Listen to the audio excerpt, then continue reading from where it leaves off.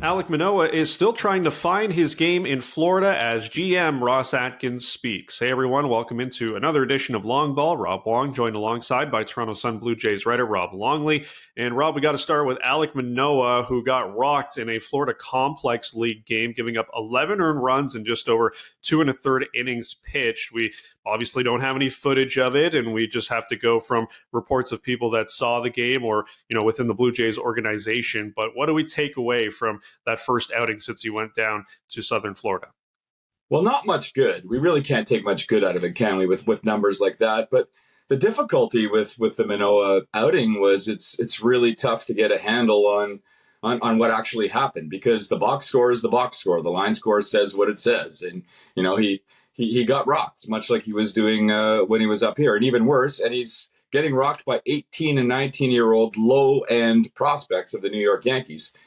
But if you hear the Jays spin it, there's more to it than that. I mean, obviously, there is a parallel to a spring training game where you go and work on something specifically and don't worry about results, which is what we hear from pitchers all the time in spring training. I can buy that partially.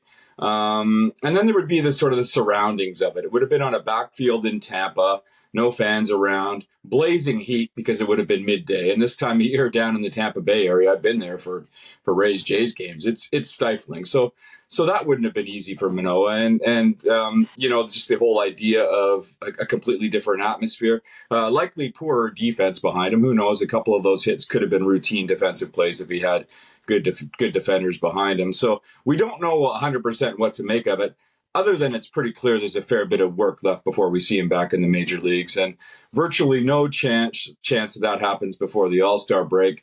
Ross Atkins, who we spoke with here on Wednesday, said that he has no doubt he'll be back before the end of the year, but he's not even willing to go anywhere beyond that in terms of a timeline on when Alek Manoah will be pitching for the Toronto Blue Jays again. Well, you mentioned Ross Atkins, and speaking to reporters on Wednesday, definitely tried to spin a lot of positives. And his team is currently in a wild card spot, Rob, as we currently record this, but definitely a disappointing first half on many fronts for a lot of Blue Jays fans that were expecting more. Do you think he is justified in the optimism he's trying to throw out there, or is it just a case of towing the company line? I think it's a bit of both. I mean, the optimism stems from the fact that there's a lot more talent on that team than their record indicates. But the spin gets out of control at times from the Blue Jays front office. I mean, he talked about the team having the best record in the American League in June, which I suppose is true.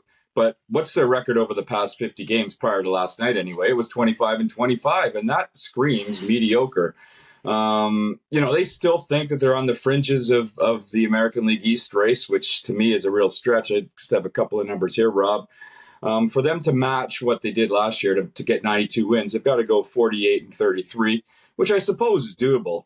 But for them to get to 99, which is what it took for the Yankees to win the division last year, they got to go 55-26. And I don't see that happening. John Schneider was asked the same question yesterday about, is this team still in the American League East race? And of course he's going to say yes. He says the calendar says June. We haven't played our best baseball yet. The Rays are starting to come back to earth a little bit, blah, blah, blah, a lot of that kind of stuff.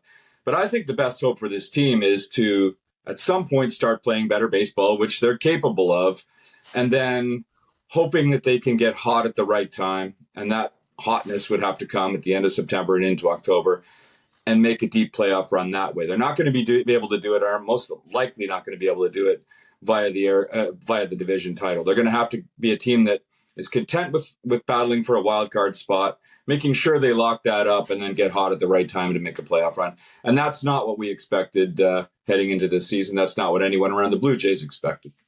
No, definitely not. Still plenty of runway, though. We'll see how it all plays out. As always, you can find Rob's Blue Jays coverage at the Toronto Sun or on Twitter at Longley Sun Sport.